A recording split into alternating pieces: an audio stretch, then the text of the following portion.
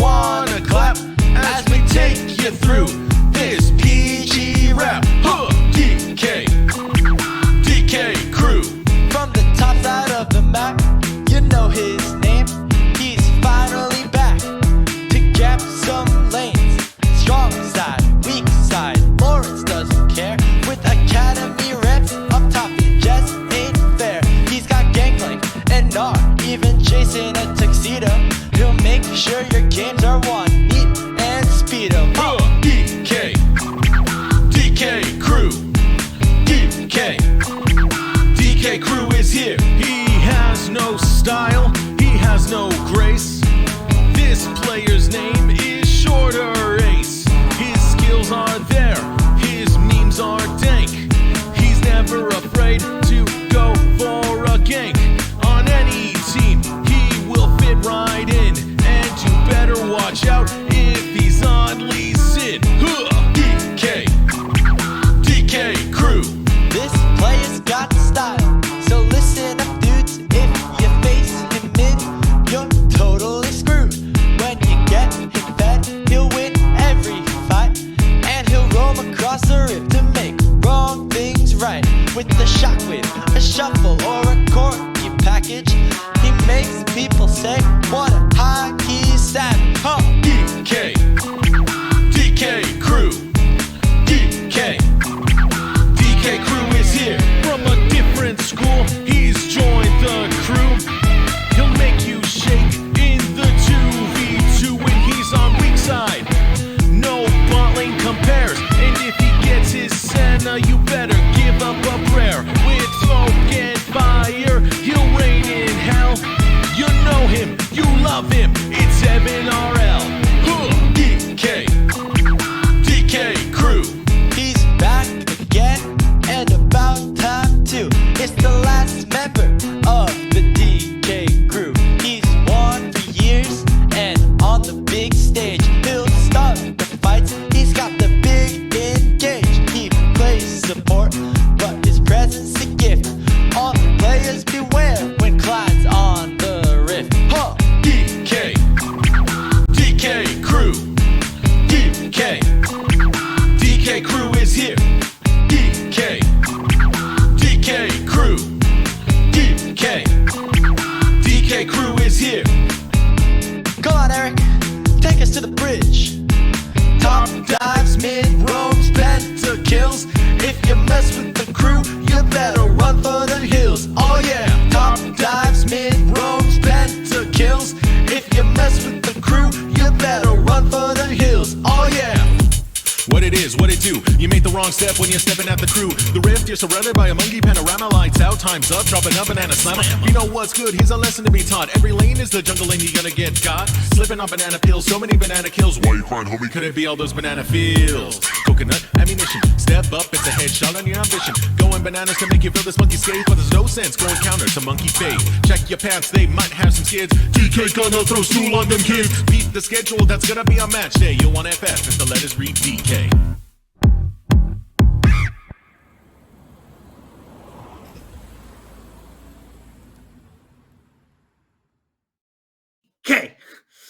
DK crew. Oh.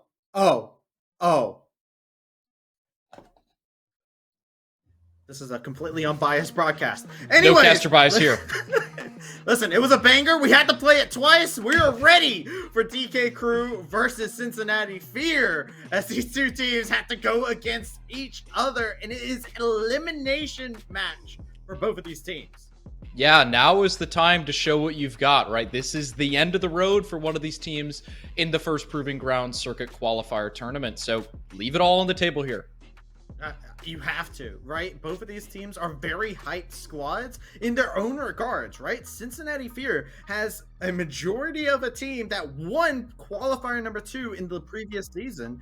And then you look over at DK Crew, they came in here as the 32nd seed, and they've made it all the way in here with tons of hype, as you can see from the fact that a music video was made about the squad.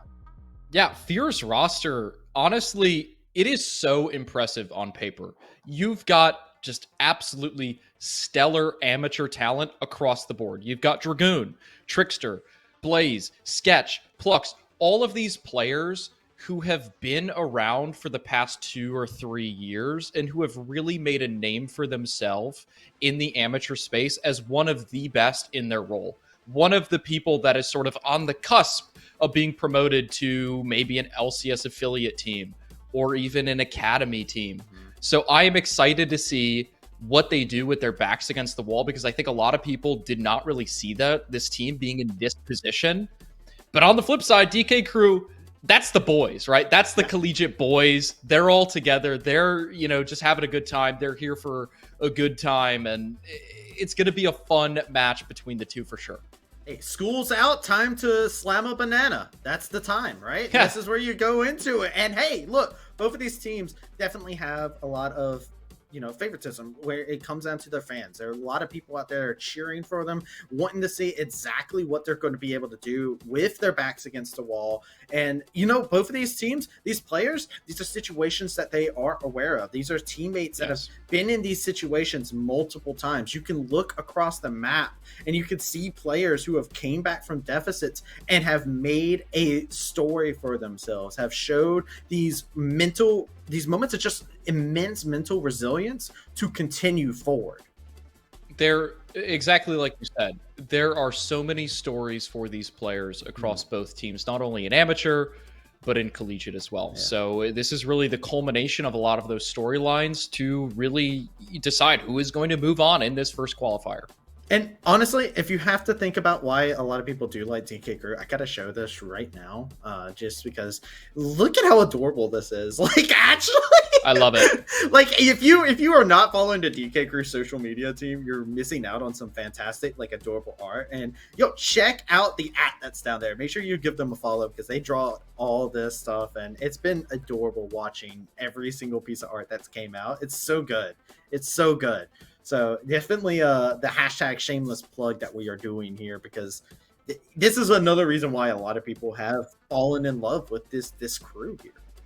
Yeah, it really does kind of tap into the heart of why people love the amateur space, right? You've got this team who makes a miracle run through the open qualifier with one of, if not the toughest schedule throughout the entire qualifier. And they've got this funny branding and they've got these likable players, but it really, at the end of the day, results is what gets you remembered in this space. Because if you aren't putting up good results, then the team is likely not going to last. And so DK Crew, they really do want to actually have a good showing within this first circuit qualifier, because you need to have that good showing to make sure that the players are getting noticed, that they're still getting games in tournaments, that they're showing what they're made of, because we know that Harrisburg is a very good collegiate team. They placed in that, 9th to 16th round. They made it not quite to the quarterfinals, but they were in the round of 16 and they played a close series there, but they have what it takes to be a good team within the amateur space. They've just got to show it in a series like this. Yeah, and I also like the fact that you hype up the fact that we have this amateur space is such a great place, and we have it here on full display here. We got to see it earlier on. We get to see it here yet again over here onto the Path to LCS channel, where you're able to just see the finest of action going back and forth between North America's future, right? This is teams going up. You don't have to be affiliated with any org. There is that power of friendship that kind of comes in. There is a power that is there. And you can make people feel that power. And Cincinnati Fear is another one of those teams that I really want to highlight for that very reason, because of the fact that these are a lot of teammates that have worked together and have found success multiple times for themselves. And like I said, this is a group that was a part of a team called No Team last season, which was a group of people who came together because they didn't get signed to a team. They weren't on an academy offer. They weren't put onto an LCS affiliate team. They found themselves teamless, which is something that does happen quite often. So they came together and made this team. They made sure everybody stayed hydrated, and now they're making people feel fear. And I love the fact they've gone from hydration to fear. I love it. I really do. I love the theme. You've got Cincinnati Fear. It's a cool logo. I like the aesthetic of that team. But over on the other side, you've got DK Crew, one of the fan favorites for certain. But, Cincinnati Fear in their week 1 match against Maryville, they played Maryville very close, who is a team that not only dominates collegiate, but they dominate amateur too. So the fact that you're playing them in a 3-game series, and it is a close 3-game series, that means that Cincinnati Fear is likely better than a lot of people are giving them credit for. And I'm excited to see, what are they going to whip out against DK Crew with their backs against the wall? Well, we already see some bans getting whipped out as well. Senna not allowed for Evan RL. That has been a pick that people have seen is insane in their hands. And you can see it's targeted ban after targeted ban between these two. Yeah, that's the advantage of playing in week 2 of a tournament. You know what worked in week 1. You know exactly how these teams win. You know exactly how they like to play, and you can ban around that. Trickster, one of the best Lilias in amateur. One of the best Lilias on the entire server. That's banned away. Plux, great game on Lulu last week. That's banned away. On the other side, as you pointed out, Evan RL, known for his passive scale-up weak side bot lane. Senna's perfect for that. Karthus banned away from Shorter Ace, a champion that he is very good on. Gangplank banned away from Lawrence. All of these picks make perfect sense as to why they're banned away. And Dragoon going for Gwen. He is so good at Gwen. It's not even just that. This is also a Trickster pick. This is a Trickster jungle angle too. Ooh. Like they can absolutely move. This is a champion that Trickster is more than happy to pilot in the jungle. This does mean that DK Crew is going to grab Wukong as a trade-off, but we could be for a very interesting turn of events. Yeah, trading Gwen for Wukong, it makes sense because last week when Fear saw their 1 win against Maryville, it was off the back of an amazing Dragoon performance on the Gwen. It was paired alongside the Lulu, which did make it even stronger. So I'm curious to see as to whether or not Fear will draft another Enchantress support. Maybe a Karma could come out, something to buff up the Gwen to try and make it a little bit stronger. And it would make sense with Viego as well, because I think Viego oftentimes likes to be buffed up too.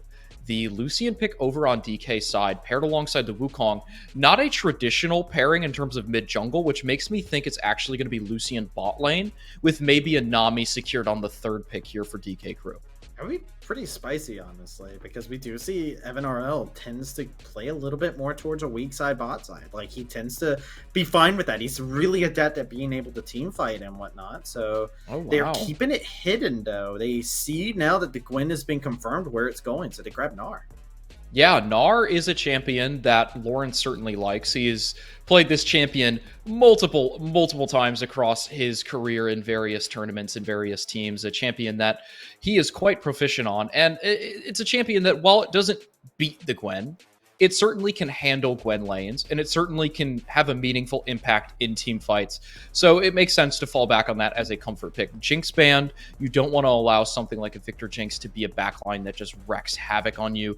Ziggs is an interesting one because I do think that that is an Evan RL target ban because they do need AP, right? You either have to put the Lucian bot lane and then pick a mage mid for Savage, or you have to put the Lucian in the mid lane and pick a mage for Evan RL. So I think banning out Evan RL's mages makes sense. You could see a Syndra ban here to try and get another pick away from Savage, but he still has Zoe. He still has Azir. He still has multiple picks within his wheelhouse that he's comfortable to go on. And here we are going in, seeing the pinch come in. It's 4 bot laners taken away. A Vigar would be a very big slam. Yeah, Vigar here into this sort of like mid-range composition for Fear does have a lot of potency, right? That cage can catch out Victor. It can catch out Viego. Gwen has the ability to be immune and get through the wall, but Vigar, can actually separate these fights and follow up on a Gnar or Wukong engage quite nicely. But there it is for Fear. We see the Enchantress support paired alongside Gwen, and we see Sketch on his signature Tristana, which he was able to pilot to success last week. So Fear with a very comfortable draft here. My only worry is where is the engage coming from, right? It's going to have to maybe be just Gwen coming in on a flank, but DK Crew can honestly handle that engage quite nicely. A Singed is locked in. Wait a minute. Clyde is playing... Wait a minute. Singed support. Huh. With Vigar. Travesty, that's not quite what I expected. So it is technically a counter pick, I think, if I remember correctly. I remember seeing somebody, I'm trying to remember who said it, but there was a big discussion about Singed into Yuumi lanes. Yeah, because if Yumi attaches to somebody, you just fling him over your shoulder. That is a good point. You get sort of that 2-for-1. It's like Blitzcrank into Yumi, right? But this is interesting. I mean, Yumi, I don't believe can actually pair onto somebody if she's grounded in the Singe W, which means that you can catch her out quite easily if Plux does decide to detach for poke or shielding. But this is fascinating. Like, this is what you want to see when you are a underdog, right? Like, I'm not going to quite call DK Crew like that big of an underdog because I think they have a chance. But when you are the team that people don't expect to win the series and you bring the spice, it's Lucian singed bot lane with a Vigar mid. This is just fascinating. Yeah, this is spice and everything nice, man. This is what DK Crew stands for, right? Like they want to go for you with those interesting picks. Fear does have an interesting conundrum on their engage, but they also have an interesting conundrum on how do they deal with a lot of the wombo that comes out from the team fight. I think that is a very real concern. This is my first time going to get to see a Singed in competitive play get played in supports. Yeah. So I think I have a lot of questions for Clyde and Evan RL in this laning phase, right? This is a very much so lane-centric pick that they've done for them in the bot lane. And even in the DK rap, they're like, yo, hey, he'll play weak side. Yo, Evan RL is great at this. And they're saying, all right, yo, Evan RL, never mind. You're going for that 2v3 success. Singe does have quite good value here with the glue, right? You're able to make sure that Tristana can't jump, that Viego can't ult. I'm not sure the interaction between Singed Ground and whether or not Viego can take over a body. I haven't quite seen that interaction play out either in games I've casted or games that I've played, but it's got good value into everything. And if you can stop Viego from taking over a body, then it even has some extra value on top of that. But I really do expect Shorter Ace to path down towards the bottom side and to look to make plays happen down here, because you're not drafting Singed to passively scale and play out this bot lane naturally. You're drafting Singed to expose the Yumi, to make sure that Tristana can't jump to get away from ganks. And overall, it's a fascinating pick, and I love to see it come out here. Yeah, game one, man. What a statement from DK Crew. I love it. This is why I love Amateur so much, man. It's just kind of spice. And look at it, it's double combat sums bot lane too. They are coming in hot and ready. Exhaust, Ignite, ready to go. And it's even a Predator Vigar. So even in a situation where you think you're safe bot lane, a 4-man dive happens so easily. Oh yeah. Honestly, this is... I really am at a loss for words for how this game is going to play out, because this combination of champions, I don't know if I've ever seen it before for DK Crew. Like, even when I'm just playing like normals or anything, you're not seeing these champions paired together, so it is going to be so much fun to watch. Looks like Clyde out of position a little bit here. It's tough for him to actually find his way into the lane, but he's going to be able to walk in just fine after taking a little bit of poke. It is a little bit of poke, yeah. It's something that you were going to see. And I'm very much interested. Look at this. Clyde is an animal. He's looking for Sketch already with the fling. He's got the aftershock, so he can't do a lot of damage. And Blitz immediately detached upon seeing Singed run at them. I love it. Honestly, this early game is going to dictate a lot for DK Crew, because they have this composition that wants to get ahead early. You want to utilize the Wukong to find unique engage angles. And we see Shorter Race pathing directly down towards the bottom side. Trickster sprinting down towards the bottom side as well. Sketch getting down that early ward. They're going to try to bounce on wave 3, it looks like. But Shorter Ace will have a timing where he can do one more camp and then get down towards the bottom side and look for a gank. So if he goes for that, it could be huge, but Trickster could read into it. Well, Trickster, they have a read on him, right? They have vision on exactly where Trickster is at this current moment in time. They just saw him finish up chicken, so they have a timer on when exactly to expect this Viego to show up. And that is going to be big, because Trickster really wants that pop-off performance on this champion. We've seen Viego many times. This is a champion that can immediately shut up any critics out there with one simple triple kill and one way to pilot around the fight. Sketch and Plutz. That invade. Ooh. Wow. I mean, honestly, that invade is nice because it scares away a Wukong gank. It makes it so that Shorter Ace knows he's entirely spotted, Now Sketch and Plux can play without any fear of the Wukong, and this means that honestly, there's no real threat to them, because unless Clyde finds some miracle engage with the Singed, combined with, you know, the goo plus the fling, he's honestly, they're pretty safe down there, the side of Cincinnati Fear.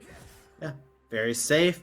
This is a lane that they have to hard force in, right? Like, the Singe has to run at you. There's no other way. You see where Singe is coming from. He doesn't have a gap closer.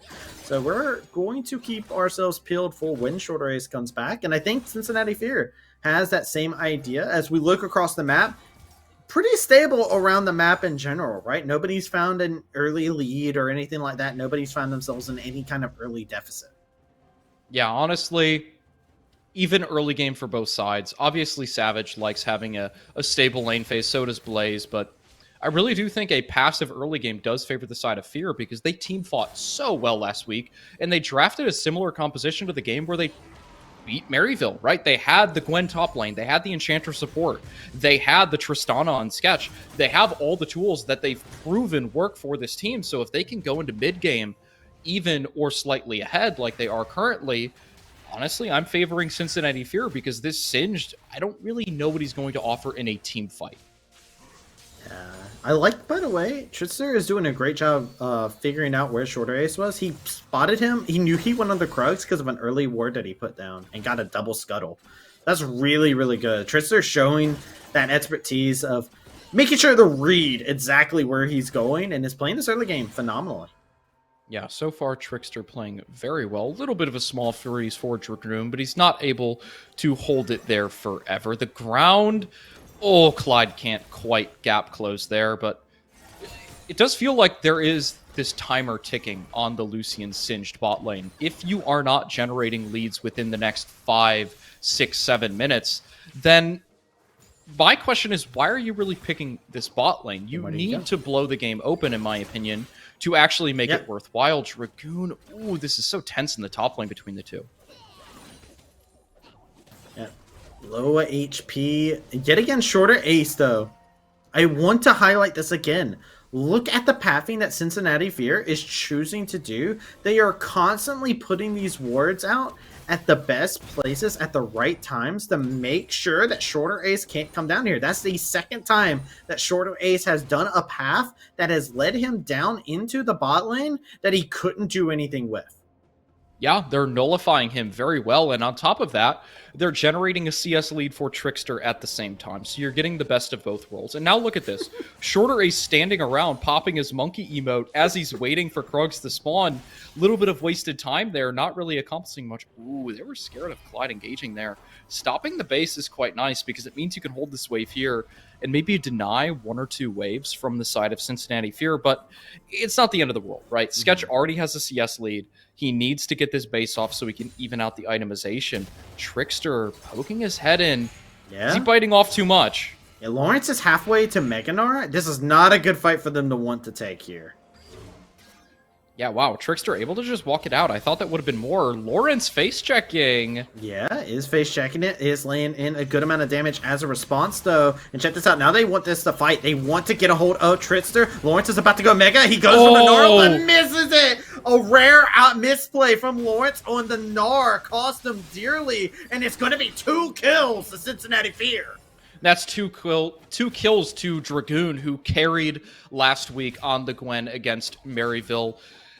The Gwen-Yuumi combination, I cannot overstate how unbelievably annoying it can be. Clyde looking for something here. Trickster's got Smite. Now he's level 6. He's level 6 now. He's going to slam down. Shorter Ace coming in. What's the buff transfer? Oh my god. The clone secures it, and Shorter Ace is able to get his red buff just fine. No flash on Blaze. Savage is here. The Baby Rage cage is afoot. And Blaze, he has a storm, but they'll weather it just fine. Savage finds the kill. We praised Trickster this early game, but an overstep into the enemy jungle.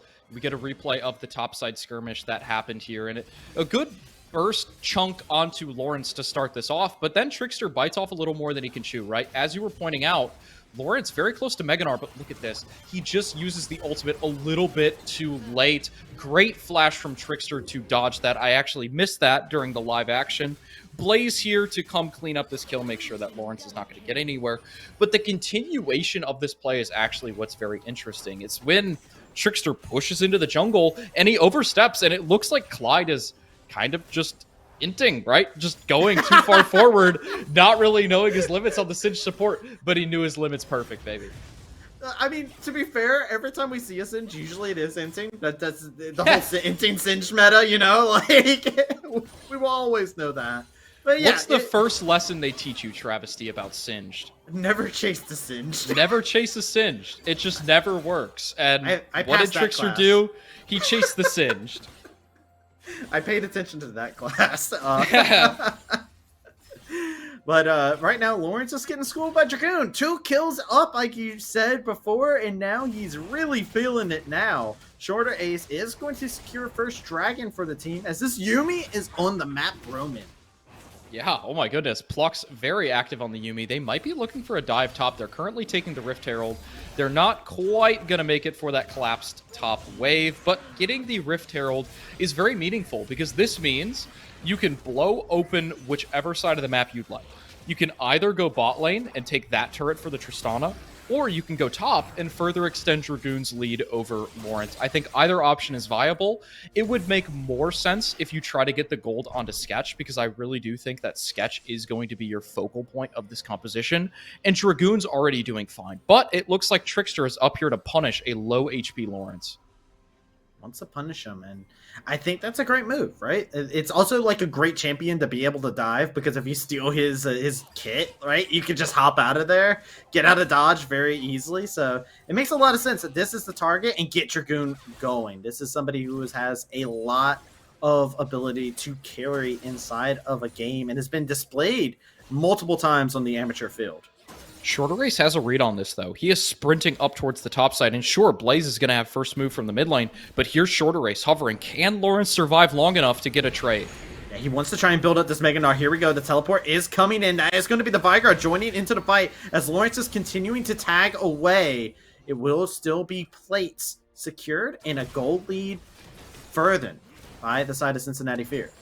Yeah, Singed looking for an engage. Final Engage from chapter? Fear, though. They're going for it. Get the root onto 2 members, but they can't finish off anything. The distance is there, and it's to their advantage. DK Crew able to do just what they needed to. Dragoon looking to jump on the Lawrence, but Lawrence is looking for it. He gnars out, lays in some damage, but the Ignite advantage is too much for Lawrence to bear. He goes mini and is able to flash out, get out of range, but here we go. More action into the bot lane. Sketch gets his pet cap, but the exhaust is fair play. He gets him and he pops him. It is Sketch getting the kill on Evan RL. Sketch is unbelievable on this Tristana. It felt like he was caught out and he was destined to die there. But he manages to turn that around on Evan RL despite the Ignite, despite the exhaust. And that is exactly why you cannot give Sketch his signature champions. He is too good on this Tristana. Turning around that play, and just across the map, these minuscule wins from Cincinnati Fear mean that we have found ourselves in a position where it is almost a 3,000 gold lead in total. It's a lead in the bot lane, a lead in the jungle, and a lead in the top lane, and Fear has all of the pieces to start to put together a mid-game snowball where they can slowly win the game.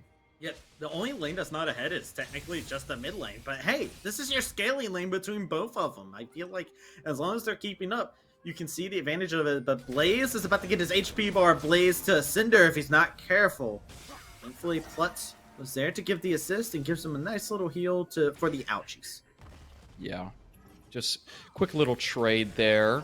2 minutes until the Hextech Dragon means that neither side really has all too much to do until that dragon comes closer to spawning. Rift Herald's already been used.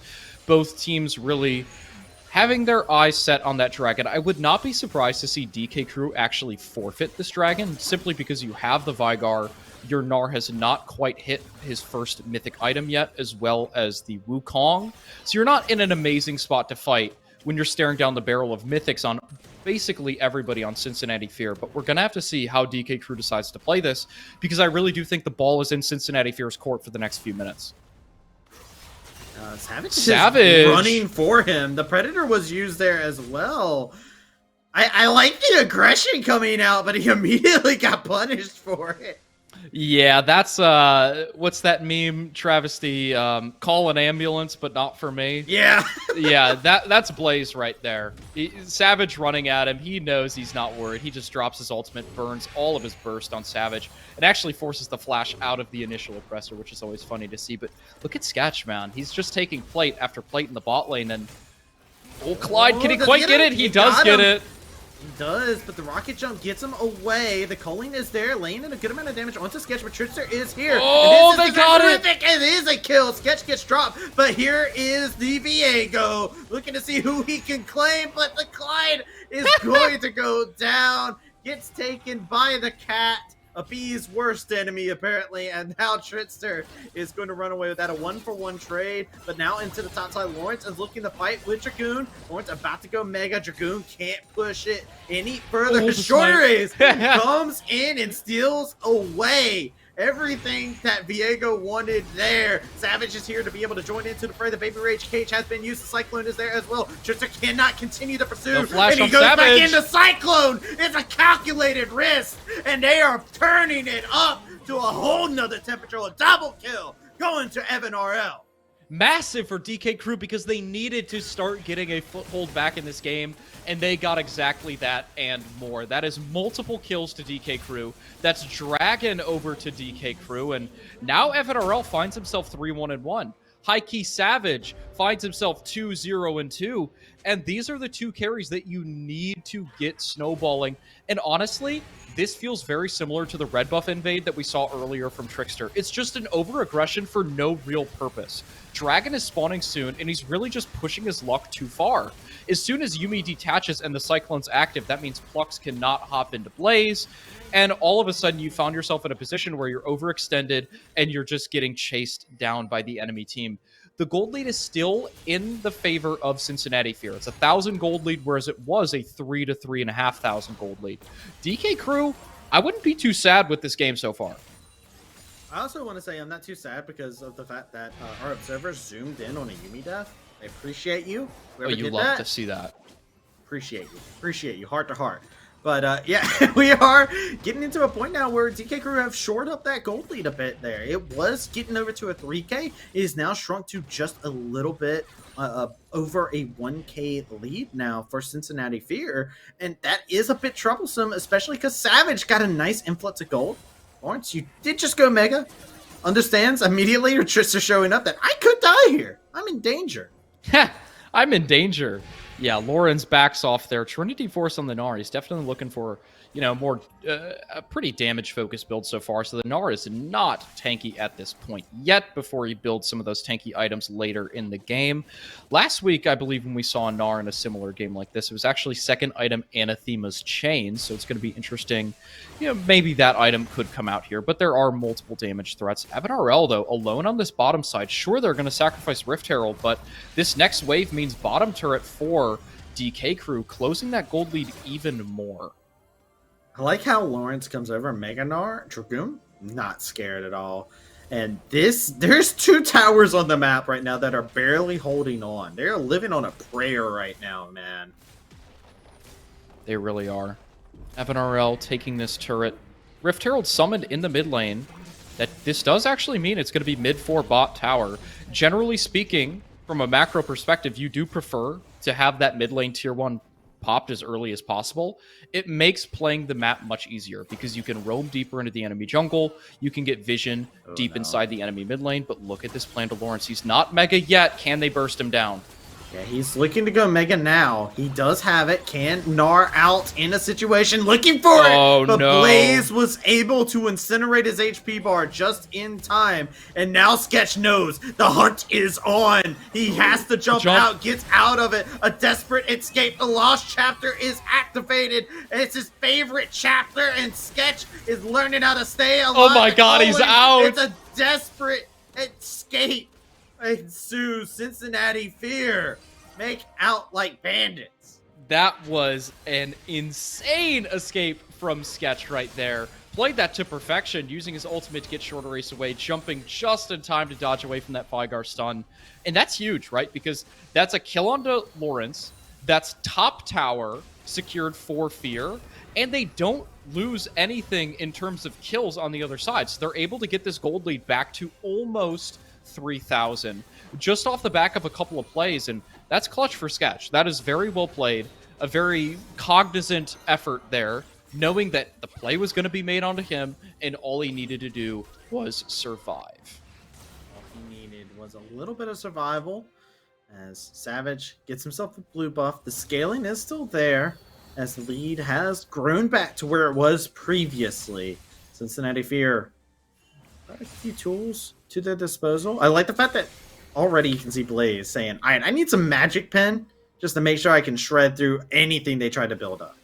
Yeah, this durability patch as well, giving melee champions more access to base magic resist and scaling magic resist, means that items like Void Staff become all the more effective, right? So not only is he future-proofing his build, he's also going to be making sure that he's dealing adequate damage to the Gnar, to the Wukong, to the Singed, all of these champions that are going to be directly in his face. It's a pretty strong second item power spike, but 20 seconds until this Mountain Dragon. Lawrence? Nowhere to be seen. Looking for a pick onto Lawrence, but they have no foothold in the pit.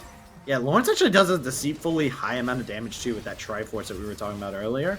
Savage comes back in, drops the cage. The Event Horizon doesn't catch anyone. But look at this, Cincinnati Fear, they're bulldozing their way through the mid lane. Trickster! Nice use! They go in for the flash play, and Savage barely stays alive, finally gets dropped. But now is it going to be enough? Lawrence not yet. Sketch! Mega trying to rejoin the team, but Sketch is the janitorial service needed. Pencil! It's a triple kill, a double kill. Gnar able to secure one for themselves. But it is still just a huge win for Fear, as they are going to get this Mountain Drake. That's big for Fear. Eyes on actually Clyde here, because this fight was so close because of the ground that Clyde put down. We see Trickster actually go for a very ambitious engage onto Savage, but look at where Clyde puts the ground. He puts it right on top of Trickster, which means that there's no Viego ultimate to finish off the Vygar, which means that Trickster gets no reset and he gets taken down. But very clutch, Dragoon and Sketch survive the initial engage. They're full HP, and they're able to wreak havoc within the rest of the team fight. That's a rock in the face of Victor. No amount of science will prepare you for a rock in your face. Just want to put that out there. There is no amount of science that will prehistoric. What is Gnar? He's a dinosaur, right? I don't know quite he's what the he missing is. link. Yeah. He's a prehistoric creature. Victor's not prepared for that. He's all about the future. It's all about the future. Then you know what? Rocks still effective in the future, unfortunately for him. As you can even see the damage dealt in that last fight, Blaze, though, putting in some good work. And this is kind of the big thing we were talking about. Savage didn't get to do anything inside that fight because of, as you said, a very ambitious engage. It found its mark. And as much to the dismay of DK Crew, this is now almost a 4K lead that Fear has grabbed. They've doubled their gold lead off of that play. I will say, though, for DK Crew, that is the really only way that Fear can actually engage a fight, is with a Clyde. flash engage. Ooh, Clyde. Some Chad Sidge gameplay. A flash from Trickster is the only way that they're really consistently going to get a fight started. Other than that, they don't really have any engage. There's no Ornn. There's no Nautilus. There's no Leona. Nothing like that that has a go button to get the fight started, which makes them a little bit vulnerable to DK Crew if DK Crew can set up around an objective. It looks like they did there, but they split and they left themselves open and vulnerable to an engage from Trickster.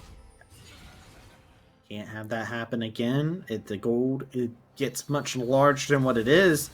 And you're talking about there's some major threats, and the big one I'm looking at is Dragoon. I see you, man, on the Gwen 5-0. Hopping off inside this team fight, Riftmaker Nashor's Tooth has been completed. And how do you stop the Gwen in the side lane right now? It's going to be tough. There really is no answer to the Gwen. Your only hope is either sending multiple people to the Gwen, or just hoping that Dragoon decides to group with his team, but he shows no indication of that, which means that Lawrence is not going to be able to hold on very well. Sure, he can clear the waves for the time being, But if you send 2 or 3 people down to try and kill Dragoon, that means that the rest of Cincinnati Fear can look towards the Baron, can look towards the Dragon that's spawning in 2 minutes, and try to make a counterplay on the other side of the map. Lawrence over here. Trying to get that Lawrence. Mega Gnar built up. Is going to get spotted out on the play. Immediately jumps over the wall. Doesn't get tagged by the stun, but will get rooted. Is Mega now. Is going to have to use that Gnar ultimate to try and push them away if they continue forward. They do not. But now you got a big problem. You got Dragoon with a Yuumi sitting on top of him. And this is nightmare fuel for anybody watching. Blaze getting caught inside the cage. Predator. Significant amount of damage. The Predator has been used. Wukong is not in range, but it doesn't matter. Oh. A 1-for-1 trade in the top lane between these mids. That is so funny. These mid laners playing it so close with one another. So close that they actually end up just trading lives. Here's Clyde, though. No flash on Clyde. Caught out. He's going to die. He got stunned up, and that is just enough. And right now, DK Crew kind of falling apart a bit. They're having themselves a couple struggles in these lanes as they're trying to find a moment. Sketch is going to get a free tower off of this. DK Crew in their series last week actually had some similar problems where it felt like they weren't being very proactive. They kind of just passively let the game happen around them. I'm worried that this kind of a composition with... You've got the Wukong engage for sure. You've got Lawrence who can go in, but it's difficult to start a fight on Defear, and because of that, they're almost relegated to playing this sort of passive, kind of let things happen to you style of League of Legends, which is what cost them last week. We saw it that last Dragon. They just kind of stood there and walked around until Cincinnati Fear engaged on them. Hopefully this Dragon, we can see Lawrence stack up his Mega, or Shorter Ace look for some sort of a flank engage. Get the fight started on their terms. Terms indeed. Savage back in an area where he died last time in the team fight. Doesn't want to be there again. Bad memories. And now he's looking for Blaze. Beautiful flash to escape what could have been his tomb as he has to retreat. Here we go. The engage over onto the side. Dragoon looking for somebody. Trying to get onto Shorter Ace. A beautiful flash. But is it enough? He is getting burned down. And Dragoon is dominating as they take out the opposing jungle. And now this Dragon is free for Cincinnati Fear to secure. How the heck do you deal with Dragoon at this point, Travesty? 6-0-1. A 700 gold bounty on his head. And he's going to have a Yuumi sitting on him in every single team fight. I just see no world in which DK Crew has an answer for Dragoon outside of Dragoon maybe, I don't know, disconnecting or his monitor shuts off. There's got to be maybe some out for them, but look at this. They're starting up the Baron. Clyde watching passively. Shorter Ace is dead. Can Savage make it happen? No, Savage is buster shotted and he is done. As it is Cincinnati Fear's time to secure this. Dragoon marches forward, and as you said, what is the answer? Well, I am afraid DK Crew does not have the resources to be able to discover just that. Dragoon is 6-0-1, and this is hard for DK Crew to find a way to fight out. We talked about this in draft, Travesty. The first pick, Gwen, you're giving up the Wukong Lucian for it. Was it worthwhile? I think we can answer that with a resounding yes. Look at the gold. Sure, he's second place on his team, but he's basically the highest in the game. He's 6-0-1. He's got, if not the highest damage in the game, he's got one of the highest damage numbers in the game so far. He is just carrying his team alongside Sketch, and this is exactly how Cincinnati Fear was able to win their game last week, right? It was Dragoon with an amazing Gwen game, off the back of being buffed up by Plux on an Enchanter, and Sketch just this stable, godlike Tristana player. DK looking for a desperation fight. They're looking for desperation, but the clock is ticking down, and Shorter Ace gets popped. And now it's the double kill. It is Sketch just popping off alongside a Dragoon that continue to chop him down to size. A triple kill for Sketch, looking to make it a quad. Easy as that. Oh my god, Trickster steals it away. It is an ace all the same, and Cincinnati Fear will fear in DK Crew. Oh, look at the damage numbers. It is a little bit sad for DK Crew, just really low compared to their counterparts on Fear. But there it is, game one going over to Cincinnati Fear. Yeah, Cincinnati Fear pick up a very, very big dub there, and a lot of it off the backs of Dragoon and Sketch performing fantastically. Yeah, that is, as stock standard as it can be for Cincinnati Fear. If they were watching last week's games against Maryville, that is exactly how they took game 1 against Maryville. Godlike Gwen performance, amazing Tristana game, paired alongside Plux, and the rest of the team just doing amazing around them. I don't want to make it sound like it was just a two-man show because the whole team played well. Yeah, you can see the victory numbers there as well. And it was just a game of, hey, look, DK Crew did bring out a nice little counter pick. There was a nice bit of flexibility that came about there. But I think Fear got all the things they were comfortable with, right? Like the Plutz Yumi came in, the clutch. Sketch is a very valuable carry. And you have Dragoon as well, who's popping off inside the game. So Viego and the Victor were there to be that cohesive unit to make sure that everything blended together just well. So we just got to see that in full display. Yeah, the Singed left a lot to be desired. The theory behind the Singed is quite fun and exciting, but the realization of the Singed within that game, there was 1 or 2 moments where the Singed really shined, but besides that, we can see it doesn't deal any damage. It's not very tanky, and if you're not getting ahead in the lane with the Singed, then it doesn't really offer too much to the team. We'll have to see. We have ourselves a game number 2 still. It's just a best of 3, so DK Crew can still find their way out of this, or it might be Fear. Cincinnati Fear putting fear into all the DK Crew hearts, minds, and hearts inside of game number 2. So we're going to take a short break, and when we come back, we'll be heading right into that game. So don't go anywhere.